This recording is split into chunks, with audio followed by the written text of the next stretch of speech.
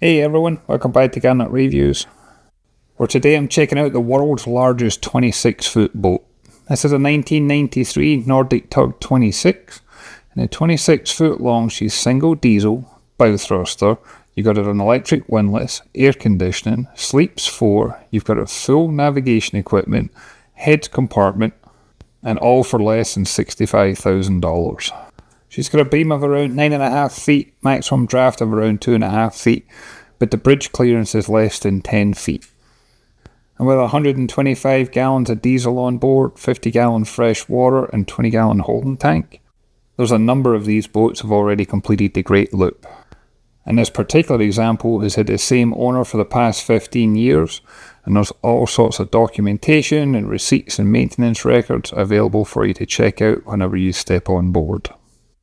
There's a custom stainless steel frame over the aft deck with a bimini enclosure, and that gives so much shade and protection in here. Also helps protect some of that woodwork. And then when you step down, this is where you're going to find that you've got full air conditioning, but you're going to get the saloon to starboard and the galley to port.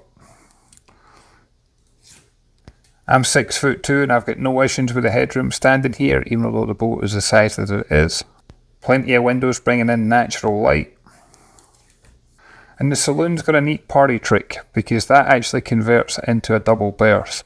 And the way that it works is if you pull the back down on the seats, you'll see that there's additional space behind you can use for storage, but it's also got a mount in the place. So what you would do is you would remove the table, and then there's a bracket that you can mount to it, and you can drop that sofa down, and then you've got a double berth here as well.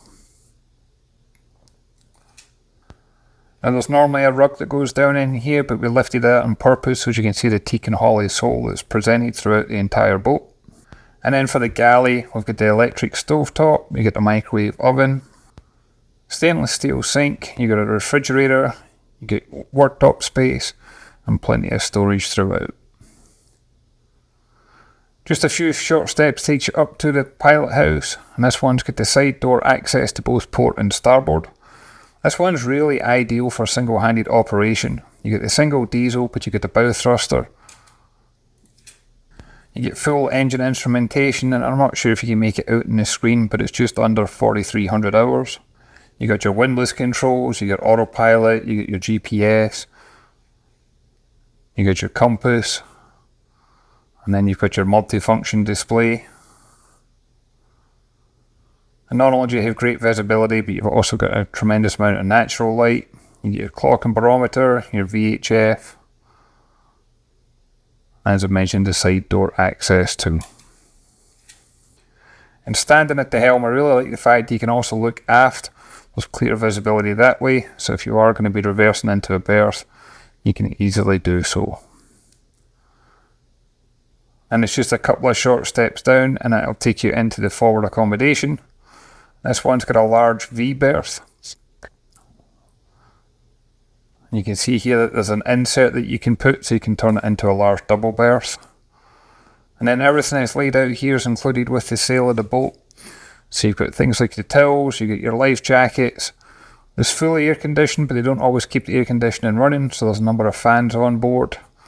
And there's some of those different carpets that we have been laying down on the deck, which I removed so you can see the teak and holly sole. Storage underneath, and you get things like a TV that can be mounted. There's different cleaning equipment, and you'll notice that all the doors have got that louver effect to it, and that way that there's fresh air circulating through, so you don't get that mouldy dampness smell that you sometimes have on boats. And you can see one of those AC vents right there. Full height hanging locker space.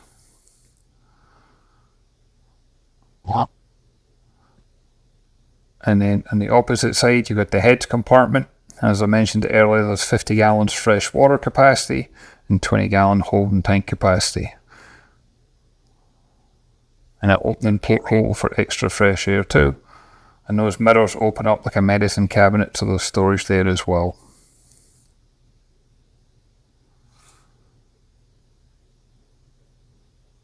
And then finally, we've got another storage locker here. And this is just a sample of the documentation that's included with the boat. The owner's got all sorts of service records included. And then there's the air conditioning unit too.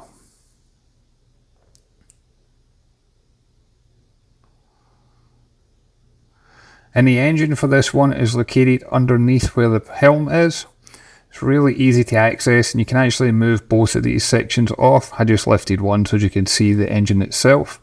You're looking at a Yanmar 4JH2 DTE. It's an 88 horsepower engine.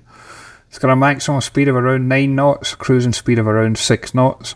And down here you're also going to find there's a generator included.